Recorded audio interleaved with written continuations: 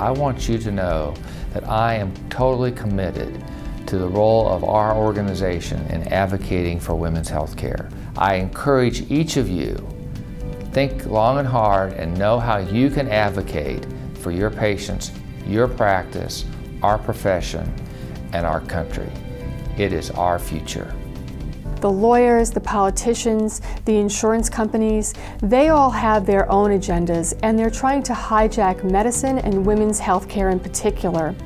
We need to go on the offensive with advocacy and with education so that they're not successful and that women can continue to have access to high-quality medical care. We need almost every obstetrician and gynecologist in the country to get involved in this effort in one way or another. Could be as major as coming down to the legislature, and over a period of time, you really do make a difference. Be informed, get involved with the process, learn what the legislators need to know, and be an informant to the legislators so that they can understand the issues that impact our patients, our practice, as well as our profession. We take care of our patients every day in the clinic, and it's a small space, and we take care of one patient. When we advocate for our patients, whether it's in our hometowns, in our communities there, in our states, and in DC, we're able to take care of a lot of patients, and we're able to bring their issues to a larger stage. Advocacy is very important for us as fellows.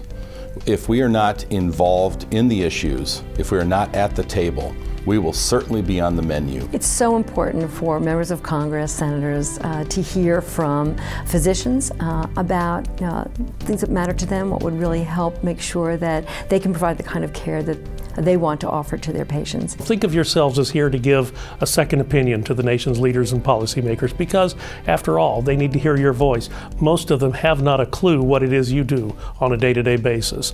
Most of them have not a clue how important you are to your patients. It's up to you to tell them, and tell them in a way that they can understand it, and so that they'll do the right thing. ACOG has been a tremendous teacher for me and a help in terms of expertise and in terms of bringing the resources that they have, the outreach that they have among our OBGYN physicians across the country, so that I can be an effective advocate. The only way we can become involved in that process to improve the legislation, improve the environment in which we practice medicine, is by our engagement in the political process. Political advocacy in OBGYN is a necessity. It's not a question mark in my mind. It's something that every single physician needs to be involved with.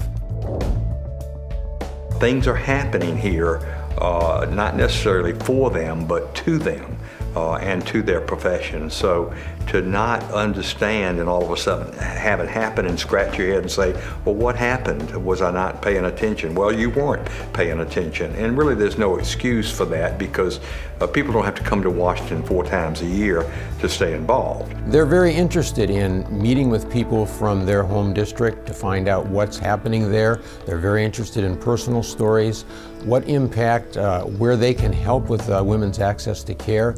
And they need this information because you're the expert on this. My focus is taking care of women who are uninsured or underinsured, who are typically underrepresented. And so it gives me great pleasure to be able to present those issues to our legislators, because that's a population that often does not get the attention that they need, at least on the positive side. The third member that we saw was, I thought, very accepting of our message that we had, although he did keep saying, so how would you recommend paying for it? Which I thought was a very good question, because he is right. It has to get paid for some way. And it makes us think that when we bring an ask, we need to think about what kind of ways can we help them as they do make these decisions. What the ACOG does is set up a very intense day. It shouldn't come as any shock to an obstetrician what a long day should be, and this is one.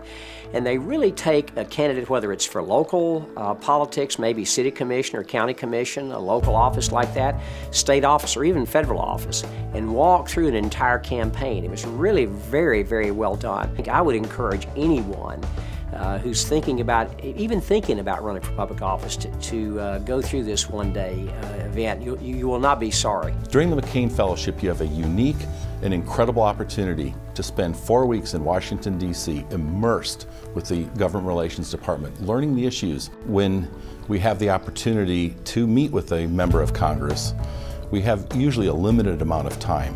And during that time, we have to be very focused on the issue. But one of the most important things is when we walk out of that room that we have given them our ask so that they know what is so important for us for that issue. Following our visits, it's of utmost importance that when we go home that we continue to communicate with our member of Congress. This can include an email, a phone call, a letter, and even meeting with them when they're at home in their districts. The CLC, or the President's Conference, is one of the most exciting events ACOG does. We've been spending 2 days preparing and getting educated and articulating our talking points, but then you go down there and you actually meet with your representative. And the one thing I think I've been most consistently surprised about is how willing to listen they are. We bring our passion, we bring information about our practices, and certainly our knowledge of women's health to the state legislature. And we can be most effective at that level. Learning what we learn at the CLC not only nationally is important, but we learn facts about our state and how we can take that to the local level. It brings us together and it makes us understand how we all need to work together to get some issues changed. I would encourage all junior fellows to participate in Congressional Leadership Conference and ACOG to learn about this process, which has been very beneficial for me as a resident. As a resident, we have the cutting edge technology and we're learning the most innovative medical techniques that are available today. So I believe that our education is beneficial to lawmakers in making the decisions that are going to affect not only our specialty as physicians as well as our patients. And absolutely, as physicians in training, if we're not the people to come here and speak to our representatives, who will? So I think it's very important for us to continue coming back. I think junior fellows are more enthusiastic about being involved in advocacy because we understand that we can believe in all sorts of contraception and all sorts of things that are good for our patients, but if the laws don't allow us to prescribe those things or do those things, it doesn't matter what our good intentions are. They're not going to be available to our patients. We can make a huge difference as we work one day at a time to improve healthcare for women. This is our chance, it's an opportunity, and we can make a difference.